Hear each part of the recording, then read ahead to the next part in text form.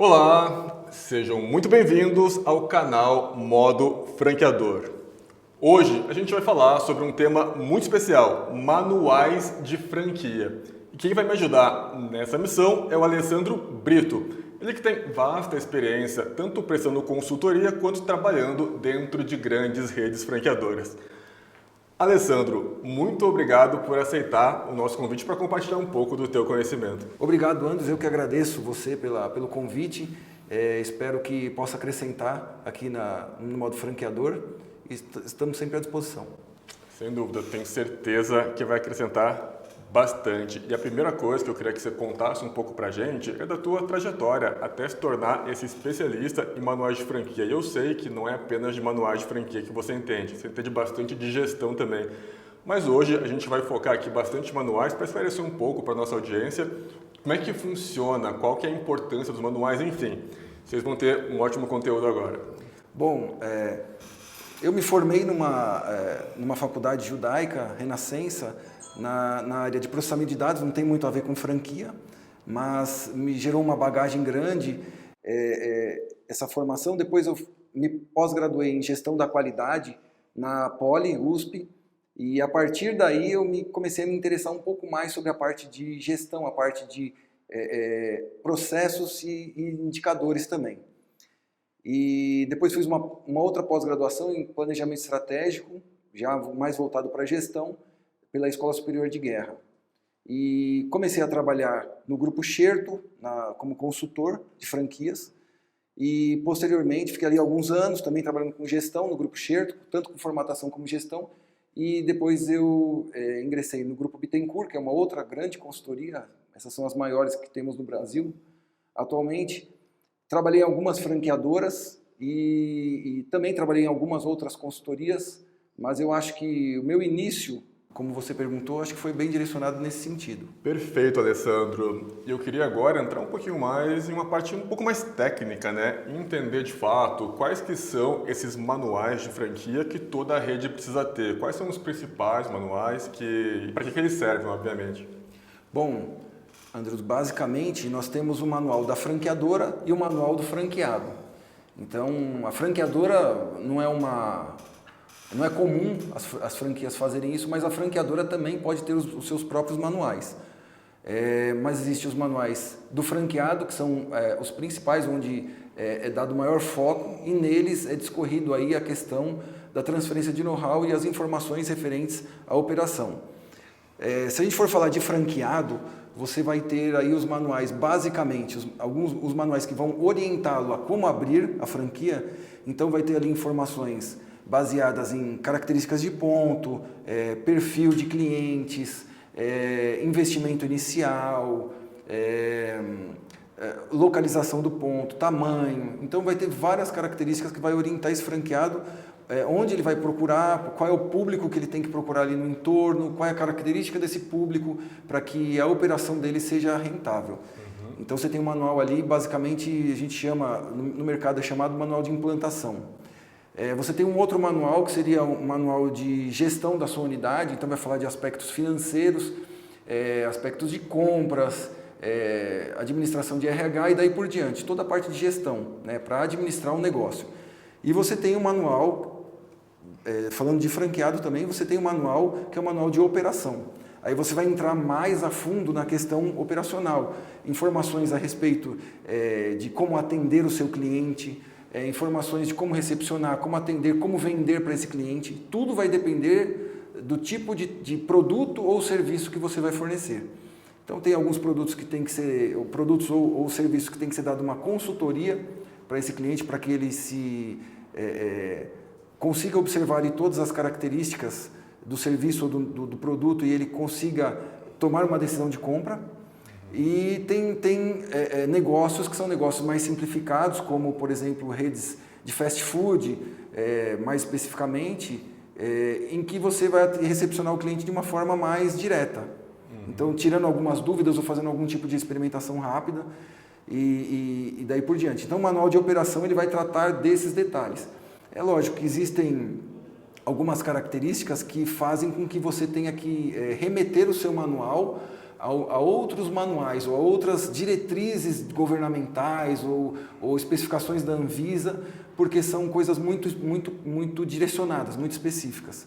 Tá? Por exemplo, posso citar aqui um manual eu vou criar ali um manual para depilação a laser, por exemplo. Está bem em moda. Então tem que ter os requisitos da Anvisa direcionados para esse tipo de atendimento. E muitas dessas coisas, elas vão na direção de Corém e de outras definições que não cabem nesse manual operacional, mas que você faz referência neles. Entendeu? Então, basicamente, nós temos esses dois manuais, da franqueadora e do franqueado. Da franqueadora seria mais os processos, a parte de gestão da rede e partes operacionais, e o back-office do atendimento ao franqueado. Esse é o manual da franqueadora. Além de financeiro e daí por diante. Mas que não é muito comum as franqueadoras fazerem. É mais comum fazer, basicamente, o do franqueado.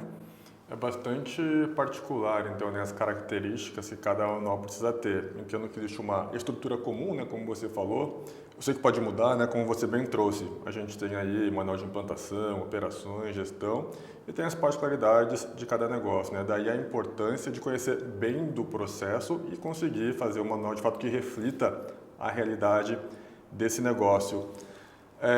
E falando assim, né, sobre as etapas, né, para construir, então, para conseguir extrair a realidade desse modelo de negócio, quais que são as etapas para conseguir, então, tangibilizar esse manual, para construir esse manual? Como é que funcionaria agora, por exemplo, se você fosse iniciar um manual de uma nova franqueadora que precisa aí estabelecer os processos, enfim, formalizar para os novos franqueados? Como que seria esse passo a passo?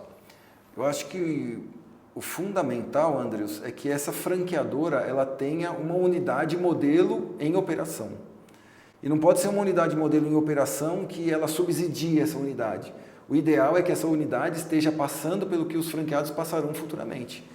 É comum as redes elas começarem o processo de expansão por franquias a partir do momento em que ela tenha um determinado número de unidades. Então ela precisa se formalizar para que ela consiga fazer essa expansão de uma forma eficaz. Por exemplo, uma franqueadora pode ter aí a partir de 5 franquias, ou a partir de 10, ou a partir até de uma só. Mas o comum é que depois que ela tem um certo número de unidades, aí ela sente essa necessidade de formalizar, de expandir por franquias, e para expandir por franquias tem que formalizar. E para formalizar, os manuais é que respondem. Então, basicamente, ela tem que ter, a franqueadora precisa ter essa unidade modelo para que o modelo seja replicado, né? A partir daí, nós entramos no negócio, são através de reuniões com os gestores da franqueadora e também passando ali o dia a dia com os funcionários, com os colaboradores do negócio. Então a gente passa ali o dia a dia, anota tudo que for pertinente ao negócio, indica, com o tempo a gente vai identificando o que a gente pode estabelecer ali como pertencente ao conteúdo do manual e o que a gente vai remeter para fora, né? Até algumas questões legais ou governamentais que se estabeleçam ali, então a gente tem que identificar isso e muitas vezes até chamar um especialista. Em alguns casos tem que até chamar um especialista tributário para que ele colabore para que a gente consiga fazer esse manual. Não é de praxe, mas existem alguns casos que é dessa forma. Então, basicamente, é através de reuniões, tanto com a administração da franqueadora, como na própria operação. Mas cada manual vai exigir um detalhe de mais de algum entrevistado ou de outro, mas basicamente é por entrevistas e por reuniões. Um dos pontos aí que você falou que eu achei mais importantes é você retratar a experiência real, ou seja, o manual ele não é uma teoria, ele realmente vai retratar o que já acontece em uma operação, né? Se for uma operação própria, claro, você vai conseguir retratar todos os processos da operação própria. E você consegue melhorar esses manuais a partir do momento em que você tem franqueados também. Claro que você vai criar o primeiro manual para ele, né, mostrando de fato como que a operação funciona, mas a partir do momento que você tem franquias, você começa também a talvez trazer novos elementos, né? É assim que funciona? Exato. É importante dizer que existem, em alguns casos, tá? Não é incomum, mas diria pelo menos 10% dos casos, algumas franqueadoras querem formatar um modelo de negócio que ainda não existe. Ela pode fazer toda a formatação, mas esse manual vai precisar ser revisado no momento em que as unidades começarem a existir.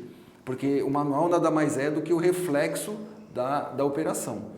Então, tem gente que, até para saber como ficaria e daí por diante, alguns investidores da franqueadora, a franqueadora como investidora, ela queira formalizar para saber, para ter uma visão geral ali dos envolvidos, de como ficaria esse negócio. Mas depois ele tem que ser azeitado, né? Ele tem que ser passado a limpo para ver o que realmente vai permanecer e o que vai ser tirado, o que não faz sentido naquele momento. Aí a gente tem que pegar, quando eles vêm com esse tipo de coisa, aí você fala assim, o que você escreve então? A gente já entende sobre a estrutura, o que a lei de franquia exige nesse sentido. Então a gente pega essa estrutura da lei de franquia, pela experiência, nós avaliamos qual é o tipo de negócio desse franqueador, e aí nós desenvolvemos um manual, mas que ele é um manual frio, ele tem que ser aquecido posteriormente quando a unidade estiver rodando. Ou seja, pessoal, não adianta você receber um manual muito bem escrito, muito bem elaborado, bonito de se ver, né? Ler todo esse manual, se ele não for com base em um modelo de negócios de sucesso, ou seja, um modelo de negócios que já existe. Então, tome cuidado ao receber os manuais, ao de fato optar por determinada franquia, ver se de fato não é só um PDF muito bem elaborado, mas sim a retratação de um modelo de negócios que já existe. Inclusive, Andrews, isso que você falou tem sentido. Existia uma tendência, há muitos anos atrás, de se desenvolver ali os manuais, mas por muita formalização, muitas palavras bonitas, muito texto e tal, e a informação principal, a prática, ela ficava perdida no meio desses textos. Então, existe uma tendência de uns anos para cá de ir direto ao ponto.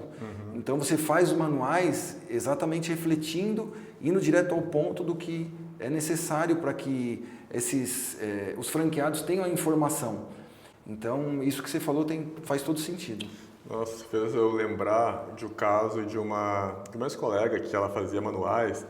E ela divagava tanto ao escrever os manuais que uma vez ela estava escutando música sertaneja, ela escreveu a letra da música no manual e eu tinha que revisar o manual dela. Mas foi muito engraçado. Enfim, ainda bem que ela foi a tempo de não enviar para o cliente dessa forma.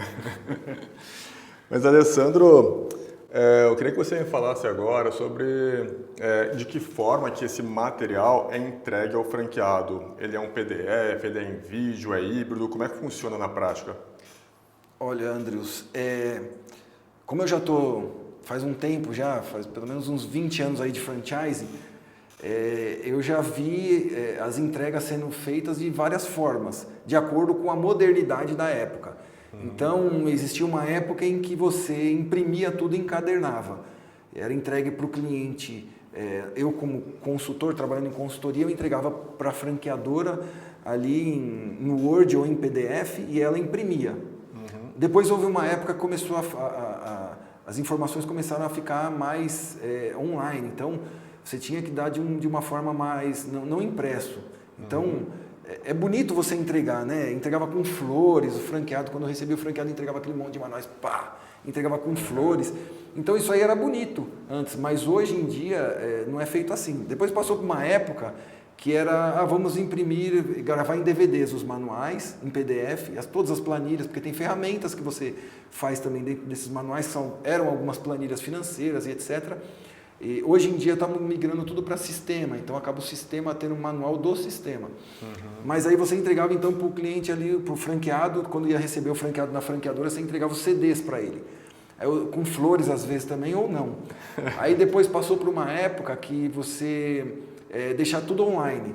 Então tinha ali um site, uma área restrita no site do franqueado, né?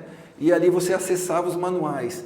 Então, existem várias formas de você fazer isso, da entrega, né? Mas eu acho que a maior entrega é você Existe também fazer os manuais, desculpa, lembrei agora, existe fazer os manuais também em forma de apresentação, que ele já fica num formato de treinamento, mas aí você não pode divagar, tem que ir direto ao ponto. Sim.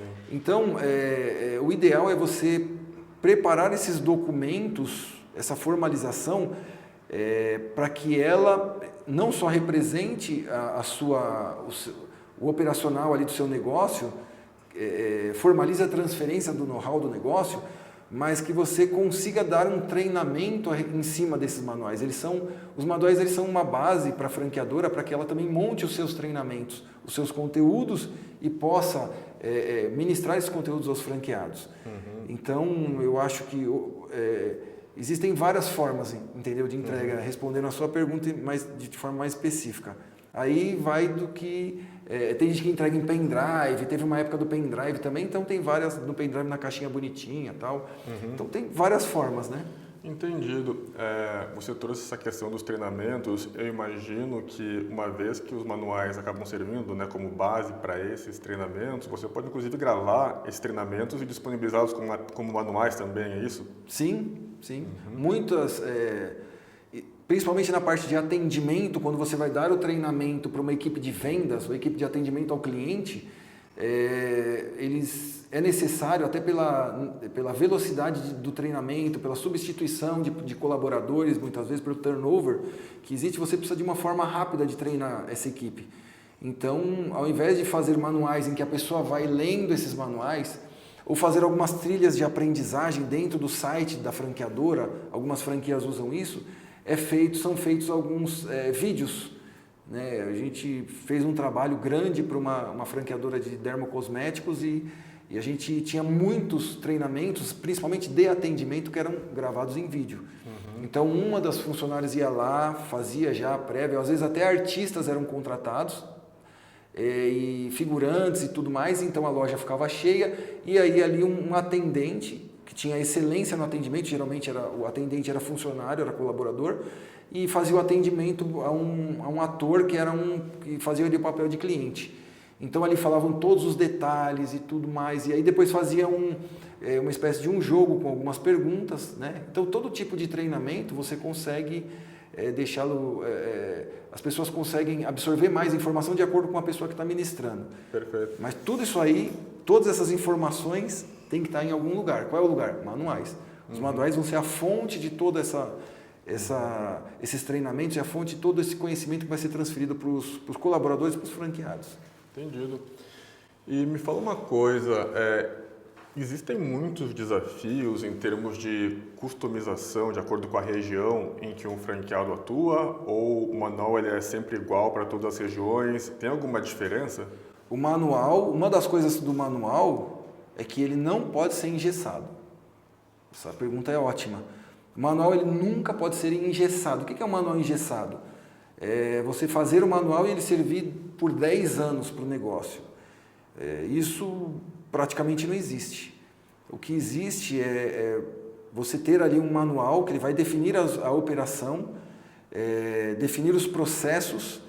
Você pode ter um produto ou outro que vai haver uma modificação ali de especificação ou de modo de preparo, se for alimento, ou de modo de atendimento de uma região é diferente da outra, mas o manual ele vai conter ali o princípio básico do atendimento, o princípio básico da operação ou da execução da tarefa.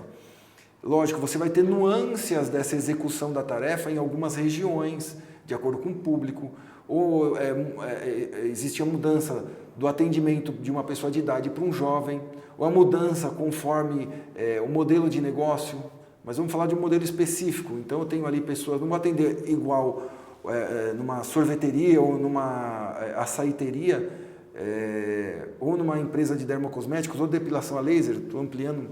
Eu não posso atender um jovem, né, de 18 anos, da mesma forma que eu atendo um senhor ou uma senhora de 80 anos, 70 anos, dependendo do perfil do cliente. O manual, então, ele vai conter ali as informações básicas do atendimento, em alguns casos um pouco mais aprofundadas, mas ele é completamente... existe uma grande possibilidade dele sofrer algumas alterações dependendo da região ou dependendo da situação. Muitas vezes você muda de país, você tem que mudar o manual. A gente falava muito, você vai lembrar disso aí, de tropicalização, lembra? Quando você está trazendo uma marca, principalmente quando você está trazendo uma marca de fora, você acaba tendo que fazer adaptações para o mercado brasileiro. Então eu vou trazer um produto da China, que lá tinha alguns manuais, eu tenho que trazer esses manuais fazendo alterações e adaptações para o mercado nacional. Até porque se você for atender do mesmo jeito que eles atendem lá, muitas vezes você não consegue nem vender o produto aqui. Houve um caso que a gente trouxe alguns produtos da Grécia e os produtos foram muito bem aceitos, só que a forma de venda teve que ser completamente mudada. Então, as franqueadoras elas trazem o produto, pilotam ali, fazem algumas operações de teste, principalmente quando vão mudar de país, e essas operações de teste geralmente são unidades da própria franqueadora, elas vão se adaptar e os manuais vão sofrer essas alterações. Tá? Principalmente Perfeito. De cultura. Você falou de cultura, eu acho que envolve muito bem aí a questão de mudança de país, principalmente. Apesar que o nosso país é continental, você sai do sul e vai lá para o nordeste. É outro país quase, É outro país, né? Mas entendi. Então, os manuais eles devem ser preparados de forma a permitir essa flexibilização. E de tempos em tempos, ele também precisa ser atualizado, mesmo que dentro de uma mesma região. Eu queria que você me falasse com que frequência, se é que se pode ter uma média, com que frequência de tempo que esses manuais eles precisam ser atualizados e o que seria um fator relevante. Puxa, agora está na hora de atualizar esse manual. Olha, a gente fala assim, via de regra, se eu fosse falar assim para todos os casos, eu poderia falar cada 6 meses. Mas não é a realidade que nós vemos nas franqueadoras, fazer atualização a cada 6 meses. Geralmente as atualizações demoram uns 2 anos. O que muda muitas vezes são os treinamentos. Então o manual permanece ali com a informação básica, muitas vezes aquela premissa de informação inicial, mas o treinamento, a forma de transmitir aquilo é que muda. Não é o melhor caminho, porque o manual ele é uma formalização, ele é um meio legal para você provar em um eventual litígio até que aconteça que você transferiu o know-how. Então, se ali não está atualizado e tem uma informação atual que é crucial para o sucesso do negócio, muitas vezes um franqueado pode processar a franqueadora dizendo, olha, isso aí não foi me dito. Não, foi sim, foi passado os manuais, tem aqui a sua lista de presença no treinamento, tudo. Aí você vai ver o manual está desatualizado e o treinamento foi dito só por palavras, não está formalizado ali no treinamento também. Então, assim, existir uma frequência para atualização não existe, é conforme o negócio vai amadurecendo. Porque todo negócio nunca permanece 10 anos igual, entendeu? O negócio ele vai amadurecendo. Tem processos que são retirados, tem processos que são incluídos, tem práticas que são atualizadas, tem práticas que são retiradas, entendeu? Então, o manual ele vai depender muito de uma visão, eu não diria nem do alto escalão da administração da franqueadora, mas da sensibilidade de quem trabalha com os treinamentos. Então, ele vai ver na ponta o que faz sentido e o que não faz mais sentido. E precisa ser atualizado, porque se não for atualizado, num eventual litígio, o juiz pode dar razão para o franqueado. Isso que você está me falando agora faz conexão com a minha próxima pergunta, que era justamente sobre essas questões legais, né?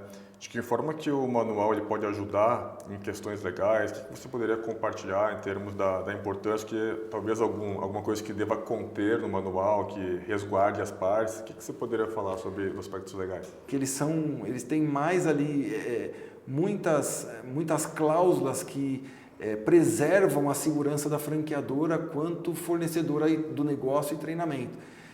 Então, as cláusulas legais que eu poderia citar são todas as informações que caracterizam a transferência do know-how. Por isso, da necessidade de uma operação que esteja, uma operação modelo que realmente reflita para quem está escrevendo, levantando os processos desses manuais, os processos e os procedimentos, que são o detalhamento desses manuais, que reflita a realidade da operação e que realmente seja uma operação de sucesso. Lembrando, a unidade modelo não pode ser subsidiada pela franqueadora. Ela tem que operar e se pagar e tem que ser de sucesso. Senão vai afetar lá na frente, vai dar problema. O resultado. Tudo que está aqui na frente, que escreveu, que não é a realidade, lá na frente vai dar problema. Então é importante ter essa preocupação. Entendi, até porque quando a gente vende uma franquia, a gente está cedendo o direito de uso da marca e a gente também está vendendo, né, a gente está transmitindo um know-how. Então os manuais servem justamente para garantir de que esse know-how ele está materializado dentro de uma estrutura aí bem fácil de ser entendida. Então imagina você fazendo a venda de uma franquia para um franqueado, com manuais desatualizados ou com treinamentos desatualizados, e esse franqueado está a sua marca lá na frente do estabelecimento, na fachada, e aquele negócio, o cliente não é bem atendido, começa a reclamar, porque hoje em dia tem a internet, então o cliente reclama no site, o cliente reclama na sua página do Instagram, reclama no Facebook, reclama no saque, são os canais de atendimento ao cliente, que inclusive tem que constar no manual. E aí você não treinou direito ou não atualizou os manuais e esse franqueado na ponta, no atendimento ao cliente, faz ali um trabalho que ele acha que está fazendo bem feito, mas que você não deu devida atenção nessa atualização, então ele acaba atendendo de uma forma incorreta ou expondo o produto, falando uma coisa do produto que o produto não é, depois esse cliente pode entrar com um processo e vamos dizer que esse franqueado venha a não ter sucesso nesse negócio. Né? Uma outra questão, você orientou a ele aceitar ali um ponto comercial ou se decidir por um ponto comercial, e esse ponto comercial também não é um ponto que gerou fluxo para o negócio, também tem isso. Ou o seu negócio precisa de estacionamento e você não colocou isso no manual e ele escolheu um ponto em que não tem estacionamento, mas é imprescindível. Então tem todas essas nuances e o negócio acaba não dando certo. O que vai acontecer? Você tem que pôr no seu site, você tem que pôr lá nos seus documentos, nos seus instrumentos jurídicos, as unidades que não deram certo no último ano, as unidades que fecharam. E aí você vai colocar essa unidade. Ou ali está o seu logotipo e depois aparece o lugar como fechado. Então todo mundo vai ficar perguntando. Então é um preço a se pagar por não atualizar os manuais que não haveria necessidade. Era só acertar um processo dentro da franqueadora. E acertando manuais, acertando um treinamento. Quando eu falo treinamento, é um slide que às vezes está refletindo o manual, entendeu? Que não foi atualizado ou não está de acordo com o manual. Então tudo isso aí tem que ser, a franqueadora tem que prestar atenção. Perfeito, Alessandro. Então eu já entendi da importância dos manuais, a importância de atualizá-los também. Eu queria que você contasse um pouco se é muito desafiador conseguir fazer com que os franqueados entendam de fato os manuais. Quais que são os principais desafios que você vê para, uma vez que está tudo então prontinho, está o manual pronto, tem já um calendário de capacitações, a primeira equipe foi treinada. Quais são os desafios para conseguir manter, então, esses manuais sendo, de fato, praticados na operação? Andros, um dos principais problemas com isso é o turnover de equipe nas lojas. Eventualmente, você pode ter ali o franqueado bem treinado e ele ser um replicador das teorias ali, ou das práticas que ele aprendeu. Mas nem todo franqueado. Vamos dizer que 20% dos franqueados são replicadores. Mas você tem 80% que não são. Então, para que um franqueado, uma vez a ABF ela apresentou, faz muitos anos atrás isso, ela apresentou uma informação em que para que se conseguisse uma equipe formatada e bem selecionada para um negócio, a partir do momento da concepção do negócio demoraria ali de 4 a 6 meses. Então você imagina, nesse meio tempo de 4 a 6 meses, vai tendo turnover, vai entrando colaborador, vai saindo colaborador, e os processos, muitas vezes, eles acabam sendo esquecidos. Muitas vezes os detalhes dos processos, que na maioria das vezes são fundamentais. Então você teve ali uma equipe nova que entrou, você teve mais de uma equipe, e você agora já não está praticando o que o manual diz da forma correta. Isso é um desafio, tá? Um desafio franqueados não multiplicadores é um desafio, turnover de equipe é um desafio, franqueados, quando você atualiza um manual e tem ali um franqueado que ele é um franqueado mais velho, vamos dizer que o franqueado tem aí né? Os franqueadores vão saber isso aí. Você tem aí o franqueados de 8 anos, franqueados de 6 anos, até menos muitas vezes. Tem gente que tem franqueados de 5 anos e a franqueadora, vamos dizer que a franqueadora tem 5 anos, os mais velhos têm 5 anos. Só que a franqueadora já se atualizou muito em vários processos, já mudou sistema, já mudou processos de atendimento, já entrou novas ferramentas, então muita coisa mudou.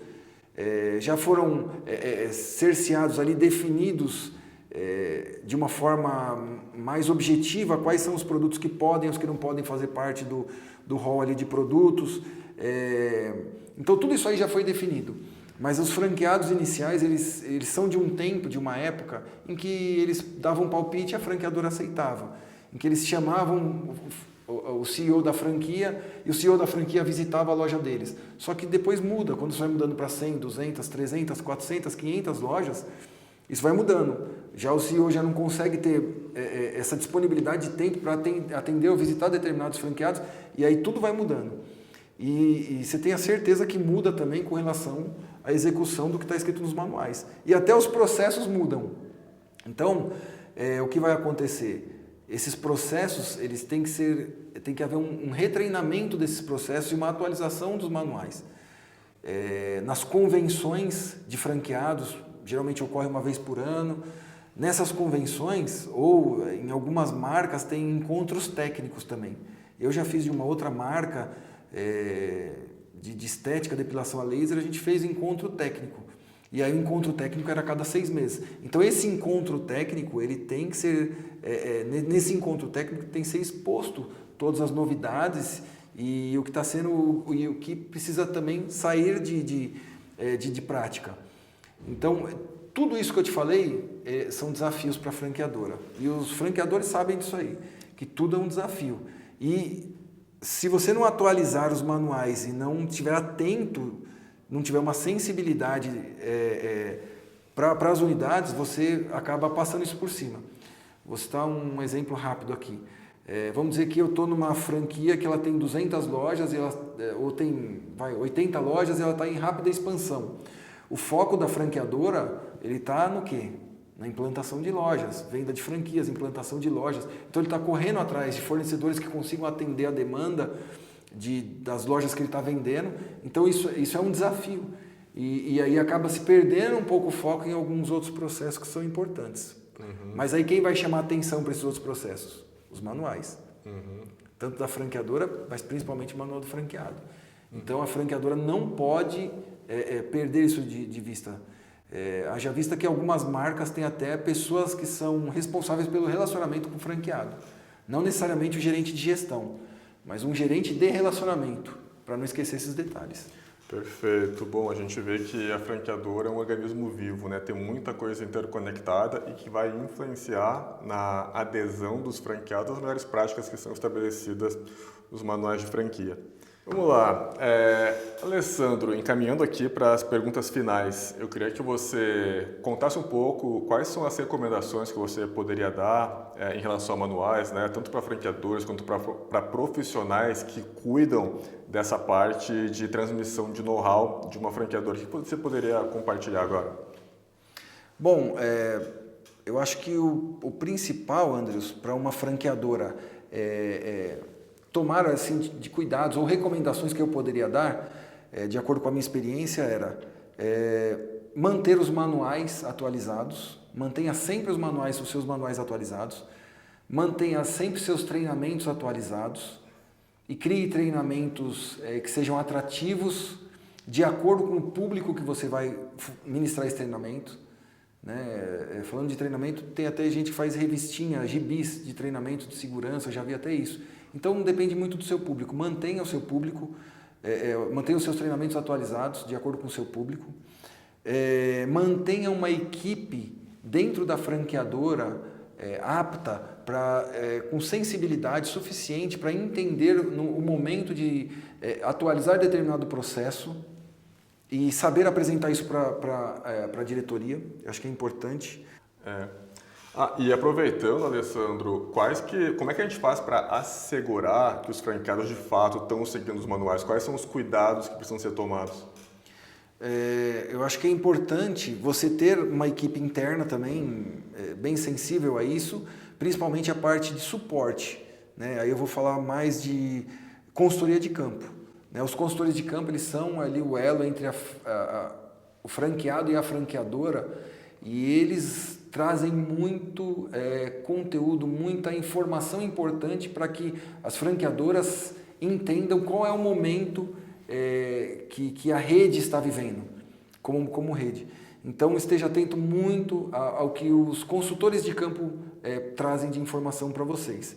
E o que as franqueadoras também podem ter é o cliente oculto. O cliente oculto é uma ferramenta extremamente importante para que seja visualizado, né? Porque muitas vezes o consultor de campo, a visita do consultor de campo ela é informada para o franqueado, olha, eu vou tal dia.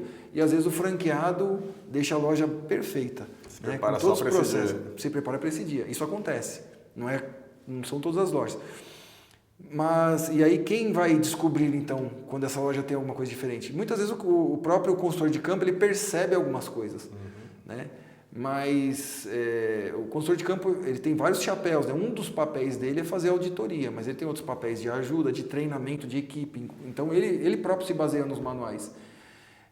Mas você tem aí uma ferramenta no mercado que chama cliente oculto. Tem diversas, né?